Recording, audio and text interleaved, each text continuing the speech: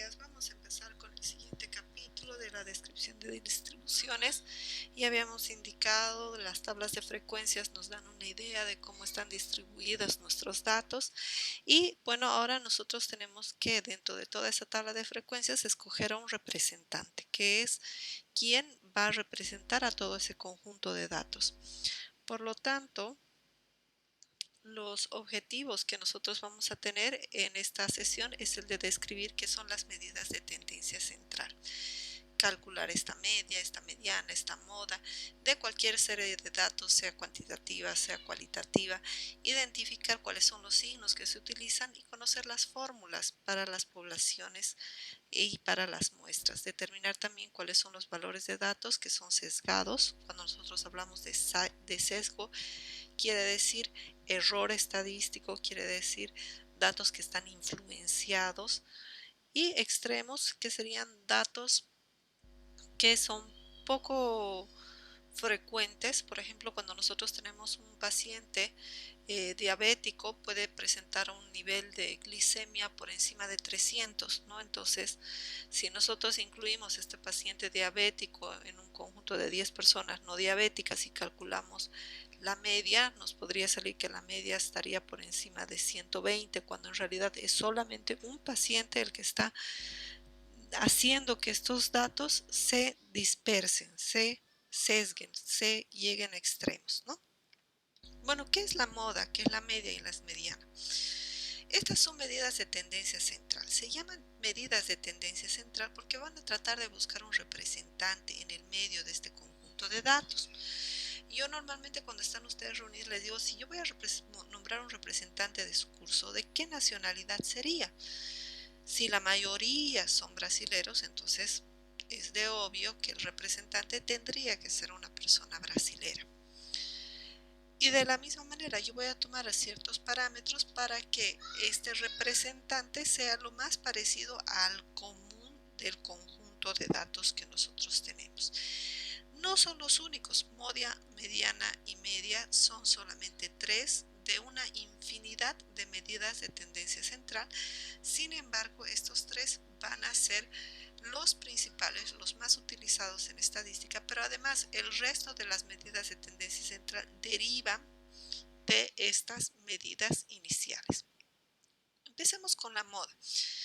Ustedes en su día a día de repente empiezan a ver que las personas utilizan ciertos artefactos, por ejemplo el celular, ¿no? Que se pone de moda y todo el mundo lo compra, o dependiendo aparecen los jeans con bota ancha y de repente todo el mundo quiere comprárselos. A eso nosotros definimos moda, ¿no? En estadística se puede definir moda o también llamado modo, ambos datos son correctos. Aquella medida que va a calcular a un representante que sea el que ocurre con mayor frecuencia, es el que más lo vemos, es el que más observamos. Entonces, dentro del conjunto de datos vamos a calcular la frecuencia de todos ellos y el que se repite con más veces, el que sea el más común, el que por probabilidad yo agarre y sea más probable de ser seleccionado, a ese lo vamos a denominar moda. Y la moda es muy fácil de calcular, solamente tengo que ver cuál es el dato que más veces se está repitiendo. Aquí yo tengo un conjunto de datos, puede ser de cualquier cosa, y fácilmente yo puedo observar que muchas veces se me repite el número 2.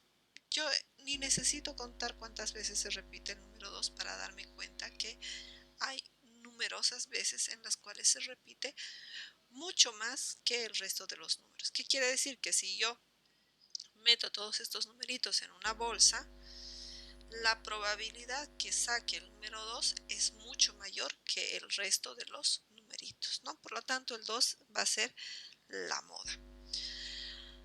Ahora, la moda, si bien es un dato muy importante, es muy fácil de calcular. Por ejemplo, si yo quiero saber cuál es la enfermedad más común en la infancia, pues yo sé que la mayoría de los niños sufren de diarrea.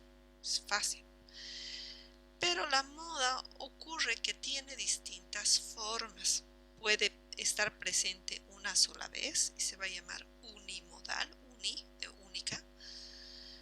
puede haber dos o más de valores que se repiten muchas veces. Por ejemplo, en el caso de las enfermedades comunes en niños, casi es la misma cantidad de diarreas que la misma cantidad de enfermedades respiratorias, ¿no? Entonces ahí tendríamos dos modas y se denominaría bimodal, y si hubiera más modas se denominaría multimodal. O también puede ocurrir, imagínense que solamente tengo los tres primeros datos, aquí el 1, el 3 y el 4, como ninguno se repite, entonces no hay moda. En este caso se denominaría amodal. A, que es ausencia, modal, moda, ¿no? Entonces, este tipo de medida la vamos a utilizar normalmente cuando tengo un conjunto grande de datos, cuando tengo datos de tipo cualitativos y en específico aquellos cualitativos que no se ordenan, que son los cualitativos nominales. Ahí vemos, ¿no? Característica es unimodal cuando solamente existe un valor que se repite muchas veces, bimodal cuando hay dos valores que se repiten igual cantidad de veces, multimodal cuando hay muchos y amodal cuando ningún dato se repite. Luego tenemos a la media o el promedio. La media o el promedio es lo que ustedes calculan en sus notas. Suman todo, lo meten todo a la bolsa y lo promedian, es decir, lo juntan y lo distribuyen de forma homogénea, ¿no? Este es el más utilizado por la mayoría de las personas, de las empresas, de los estadísticos. ¿Por qué? Porque su valor se basa en una suma, en el uso de la matemática. Y en ese uso de la matemática lo que nos está mostrando es un balance. ¿Qué quiere decir? Aquí, si ustedes observan, tenemos un gráfico, número de niños, número de familias. Si yo encuentro la media de este gráfico, todos los valores que estén por encima de esa línea van a sumar la misma cantidad que los valores ausentes por debajo de esa línea, ¿no? Entonces, es como yo le digo, es la buena mamá, ¿no? Agarra, recoge de todos y lo distribuye de forma equitativa, ¿no? Pero esa forma equitativa es voy a distribuir a todos por igual.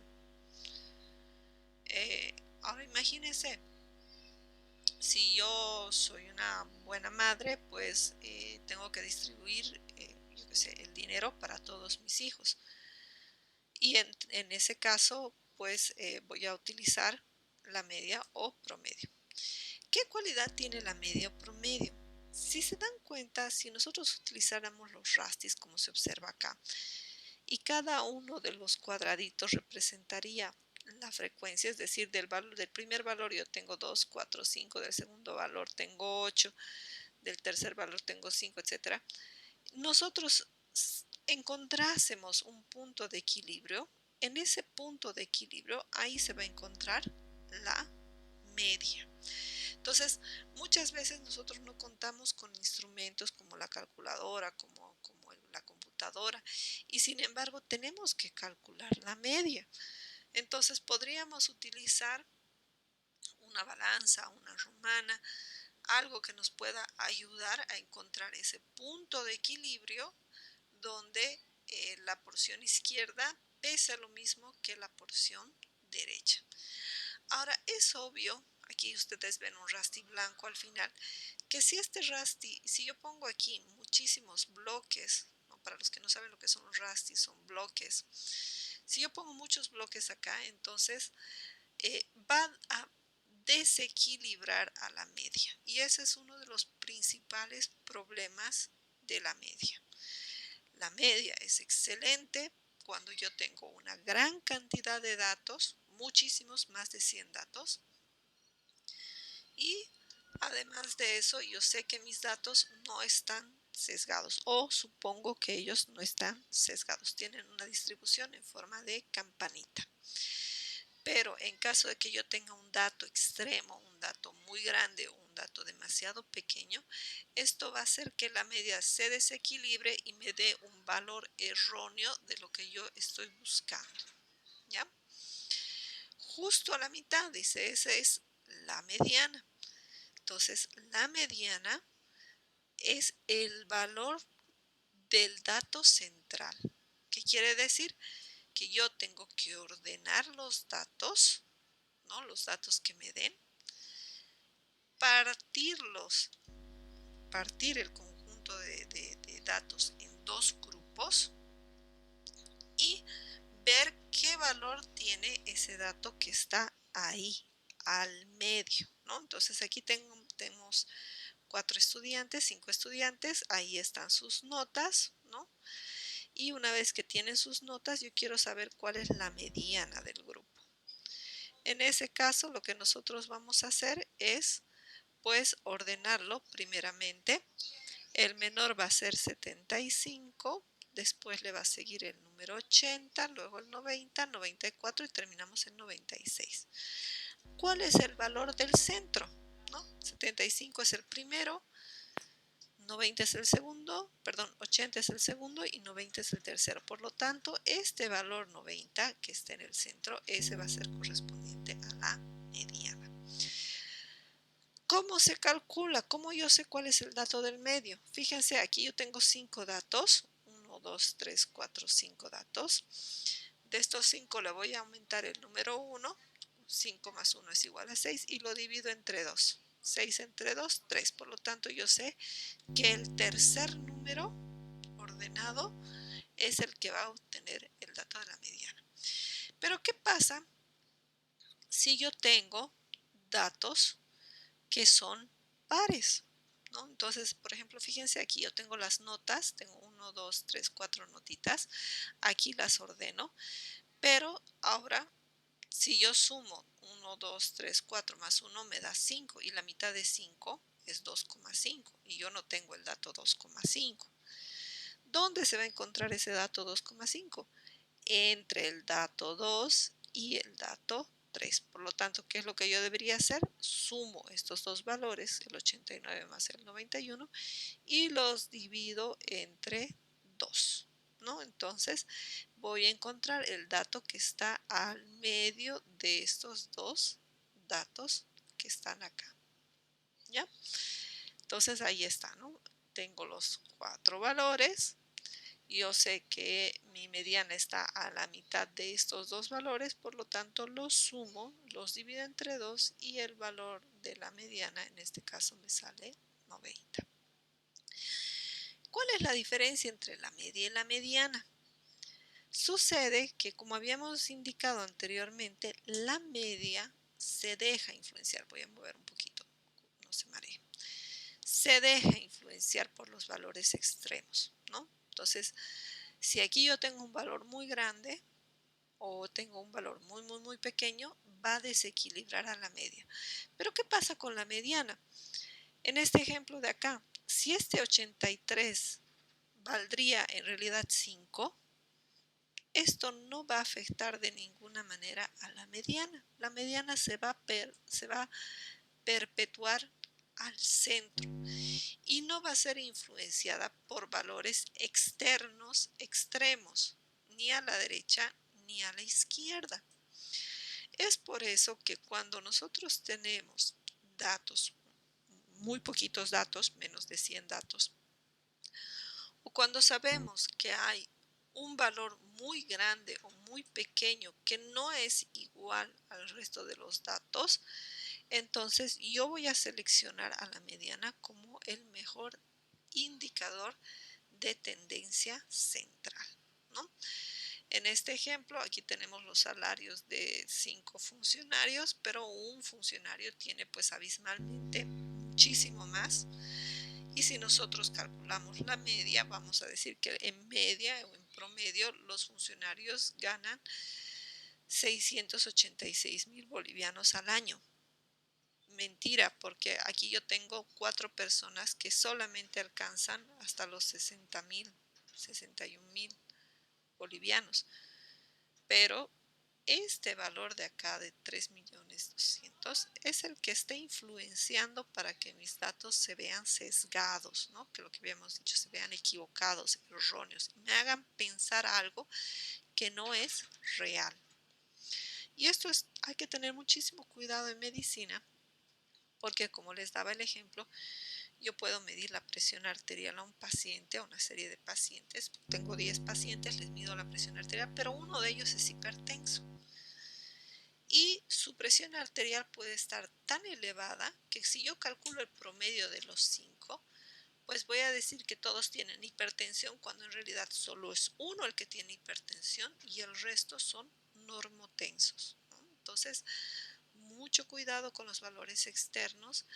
Cuando nosotros analizamos en la computadora, a veces pasan desapercibidos porque no vemos dato por dato. Si tenemos 10.000 datos, no los analizamos uno por uno, simplemente le decimos a la computadora que nos lo calcule y asumimos que el dato que nos lanza la computadora es correcto. Sin embargo, debemos siempre identificar estos valores externos. ¿Y cómo lo hacemos? Mediante una tabla de frecuencias o también calculando los 3 valores, media, mediana y moda. Cuando los 3 valores no correspondan en la misma posición, pues ya sabemos que tenemos un sesgo, ¿no? Como podemos observar acá. Cuando las 3 medidas se distribuyen de forma diferenciada, los valores no son iguales, yo ya sé que tengo valores externos y valores sesgados. Por lo tanto, en este caso no voy a utilizar ni la moda ni la media, sino siempre tengo que utilizar a la mediana.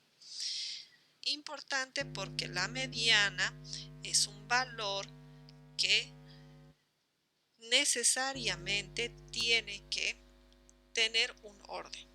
Por lo tanto, voy a poder calcular la mediana tanto de valores cuantitativos, no importa si sean ordinales o nominales, pero también de valores cualitativos ordinales, ¿no? Por ejemplo, estado civil, por ejemplo, para conocer grado de obesidad, etcétera, etcétera, ¿no? Obviamente que siempre hay que tener un poquito de cuidado en la interpretación de la mediana y para poder decir el 50% de los pacientes sufren esta patología en esta intensidad y el 50% no lo hace. Eso es lo que me dice la mediana, el 50% sí y el 50% no. La moda me va a decir esto es lo que yo observo con mayor frecuencia y la media me va a decir esto es un promedio, esto es un dato equilibrado entre un conjunto de datos. Habíamos hablado un poco de la exposición de las medidas de tendencia central y habíamos dicho que media, mediana y moda tienen que ser iguales.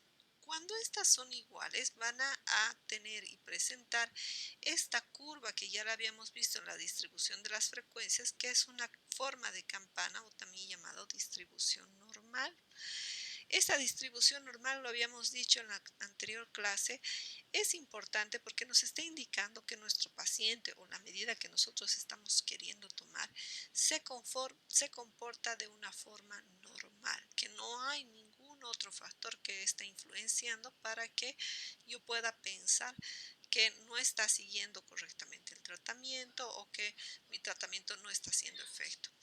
Entonces, importante, aparte de hacer la distribución y que tenga esta forma de campana, siempre calcular media, mediana y moda y verificar que estas sean iguales. Exactamente iguales probablemente no lo sean, pero sí bastante iguales. Vamos a asumir como un 5% de error entre la variación de estos 3 valores, ¿no? Hay otros test, hay otras formas de definir estadísticamente, pero a ojo de águila, a vista de águila, cuando nosotros ya tenemos unos datos de esta naturaleza con media, mediana y moda muy similares entre sí, ya podemos estar un poco más tranquilos porque realmente hemos encontrado la variable que nos va a dar la solución a nuestro problema.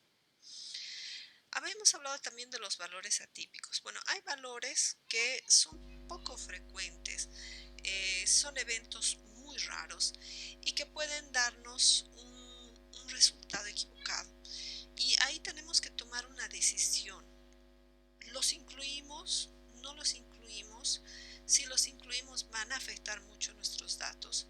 Si los excluimos vamos a estar sesgando, vamos a estar perdiendo mucha información, ¿no? Entonces, ahí viene una valoración que no lo va a hacer la estadística. Nosotros podemos hacer un corte estadístico y decir, bueno, vamos a eliminar los 5% más altos y los 5% más pequeños, y eso otro tipo de media. Pero lo correcto, lo ideal sería de que nosotros cuando vayamos a retirar un valor lo justifiquemos, ¿no? Y tratemos de ver si realmente es necesario retirar ese valor, ¿no? Por ejemplo, si yo estoy tomando glicemia a un paciente y de repente veo un valor anormal y yo le pregunto a mi paciente, ¿usted consumió un dulce, un jugo? Y el paciente me dice no, y yo sospecho que realmente me está mintiendo porque tengo algún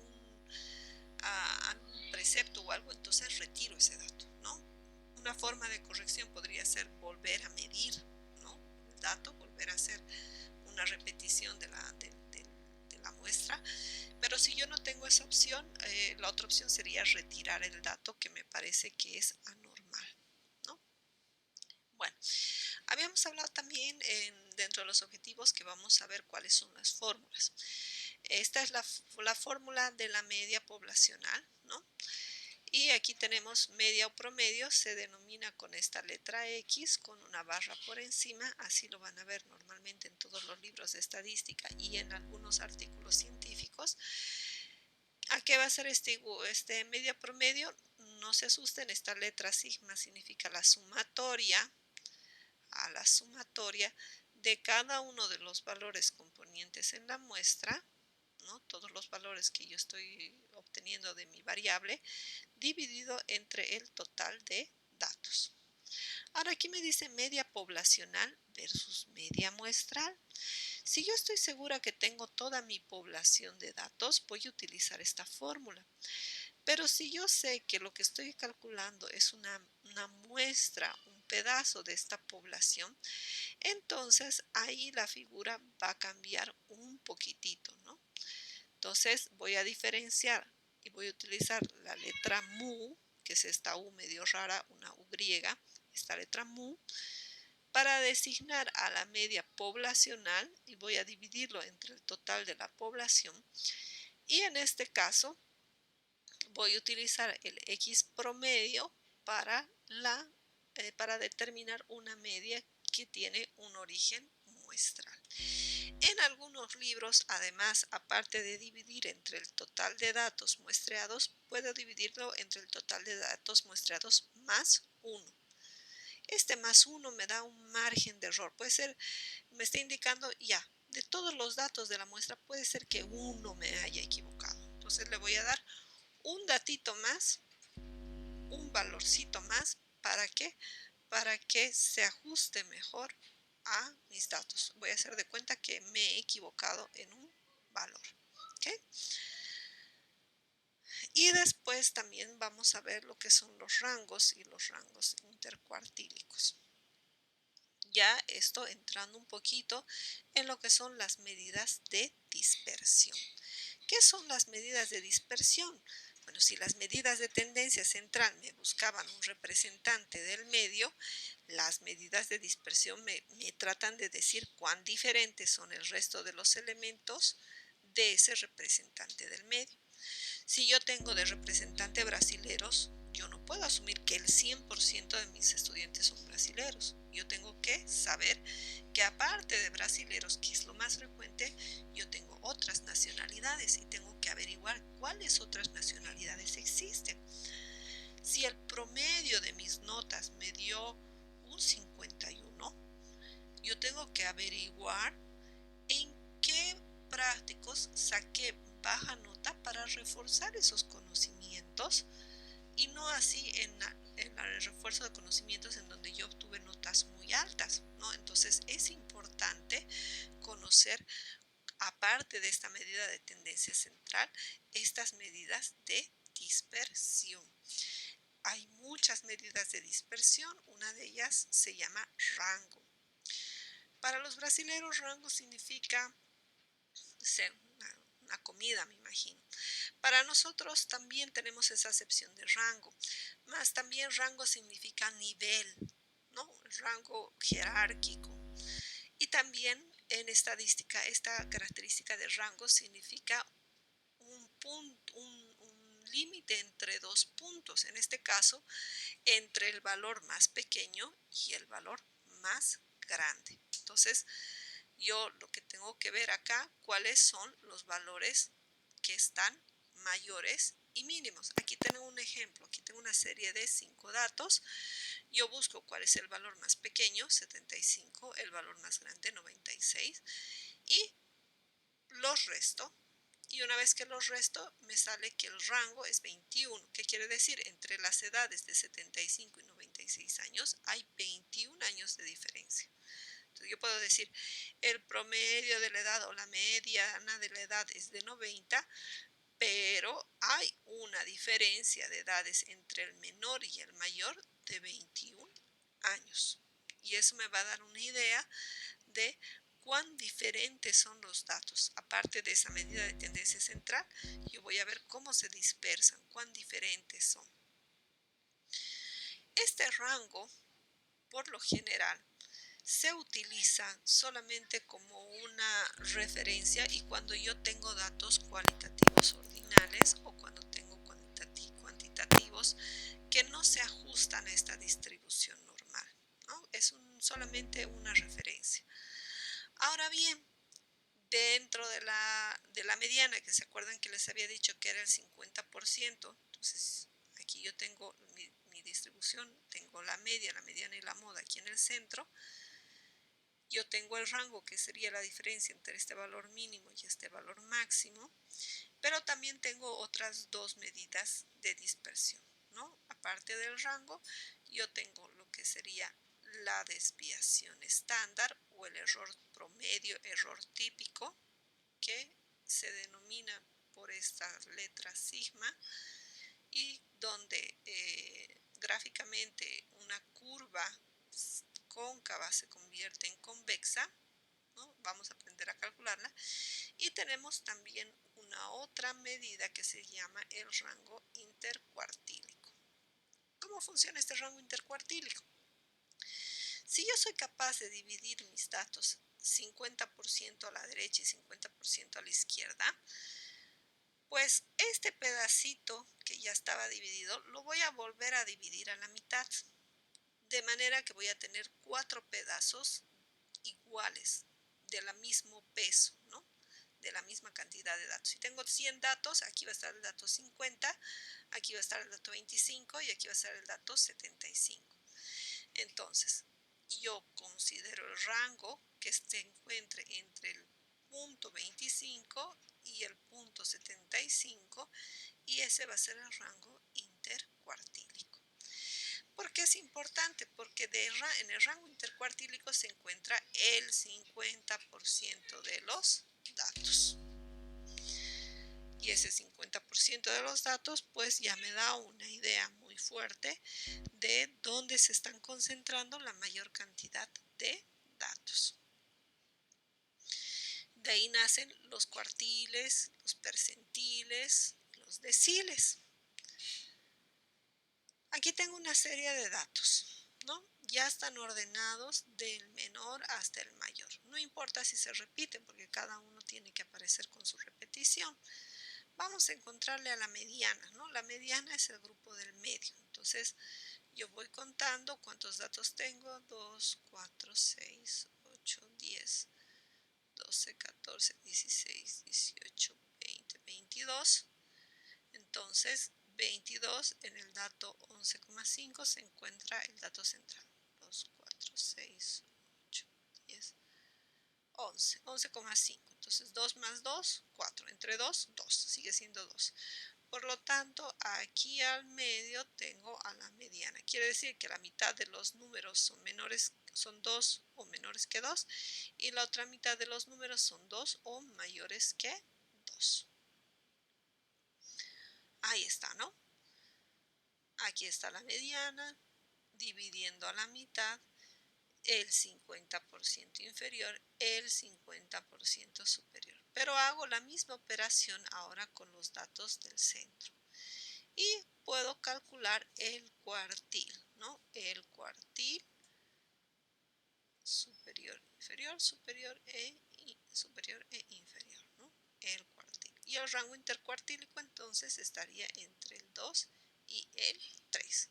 El 50% de los datos está entre el número 2 y el número 3.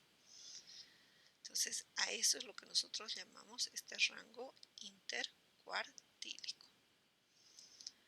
Ahí está, otro ejemplo. Yo tengo el 91 como número mayor, el 47 como número mayor, por lo tanto su rango, el rango en general es de 44, pero su rango intercuartílico va a ser de 22. Ahí el 50% de los datos tiene una variación solamente de 22 números, entre el 59 y el 81. Y gracias a este rango intercuartílico, nosotros podemos resumir todas las estadísticas que ya hemos visto en 5 datos, ¿no? El valor mínimo, el primer cuartil, la mediana, el tercer cuartil y el valor máximo. Entonces, ahí vamos a ver un pequeño diagrama que nos está mostrando estos 5 valores. Hacemos nuestro plano cartesiano, ponemos el valor de la variable y marcamos dónde se encuentra el primer valor, dónde se encuentra el último valor, los valores del cuartil 1, del cuartil 3 y de la mediana. De tal manera que aquí yo ya estoy resumiendo todos los datos de esa variable y puedo definir si tiene o no tiene esa distribución. Espero que un poquito hayan aprendido. Hemos visto bastantes cosas, hemos visto medidas de tendencia central, media, mediana, moda, y hemos visto un poquito de medidas de posición, que son los cuartiles, y medidas de dispersión, que son los rangos y los rangos intercuartílicos. Nos vemos, espero pronto, y mientras tanto les pido que por favor sigan haciendo sus prácticos. El siguiente video les voy a enseñar cómo calcular las medidas de tendencia central para el práctico que tienen y de esa manera puedan desarrollarlo con el resto de las variables de ese práctico. Muchas gracias.